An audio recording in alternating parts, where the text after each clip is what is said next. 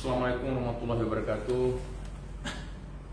Pada hari ini Jumat tanggal 12 Maret tahun 2021, saya selaku Kepala Kejaksaan Tinggi Aceh akan melaporkan atau menyiarkan secara khusus berkaitan dengan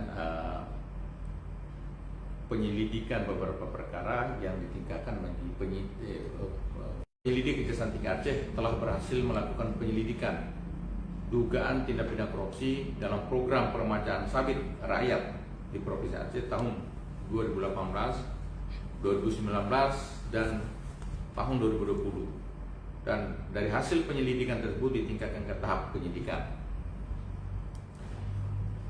bahwa sumber anggaran program peremajaan sawit rakyat berasal dari Badan Layanan Umum BLU, Badan Pengelola Dana Perkebunan Kelapa Sawit yang disingkat BPDPKS yang berada di bawah Kementerian Keuangan Republik Indonesia. Bahwa dana peremajaan kelapa sawit yang telah disalurkan ke Provinsi Aceh sebesar tahun 2018 sebesar 16.660.682.500 rupiah. Tahun 2019 sebesar 240.268.345.000 rupiah. C. Tahun 2020 sebesar 425.647.500 rupiah. Total secara keseluruhan yaitu 684.876.687.000 rupiah. Dalam proses pengajuan dana, pelaksanaan dan pertanggungjawabannya program peremajaan kelapa sawit mengacu kepada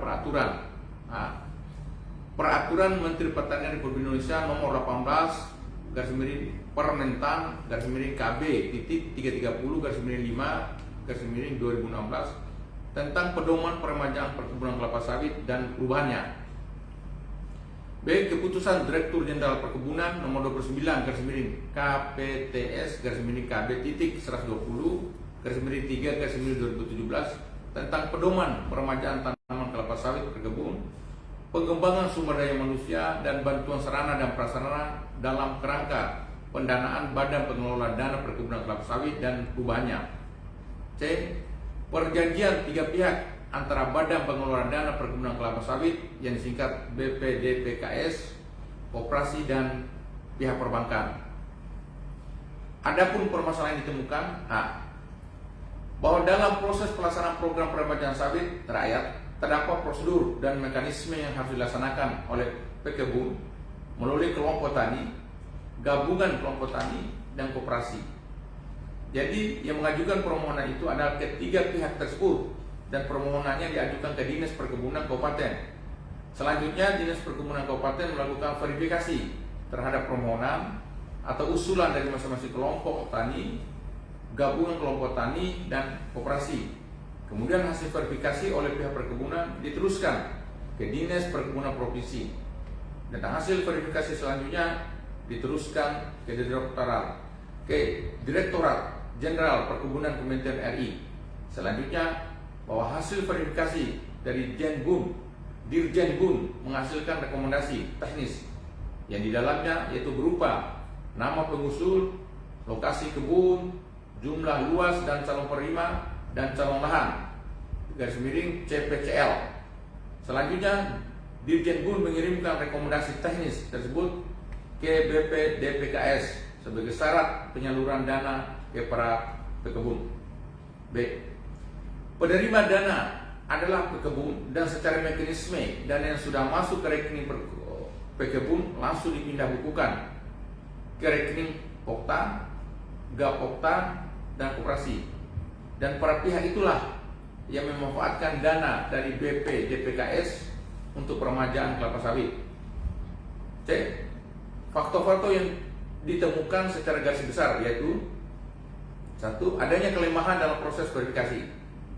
Dua, dana yang diperuntukkan untuk permajaan sawit tidak dapat dipertanggungjawabkan dalam setiap item kegiatan atau pengadaan. Tiga, adanya syarat-syarat pengajuan yang tidak sesuai dengan ketentuan yang berlaku seperti tumpang tindih alas hak atas lahan para pengusul. Tim penyelidik Kejaksaan Tinggi Aceh telah melakukan permintaan keterangan dan pengumpulan data dari pihak-pihak terkait antara lain: A.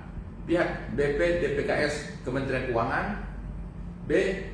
Pihak Direktur Jenderal Perkebunan Kementerian Pertanian Provinsi Aceh. D. Pihak Dinas Perkebunan dan Peternakan Kabupaten. E. Pihak koperasi. F.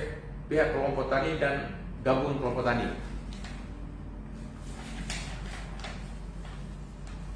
Dengan ditingkatnya ke tahap penyidikan, kita semua berharap tim penyidik tindak pidana khusus Kejati Aceh dapat segera menetapkan pihak-pihak yang bertanggung jawab terhadap adanya kerugian keuangan negara pada Aceh 12 Maret 2021 Kejaksaan Tinggi Aceh Muhammad Yusuf.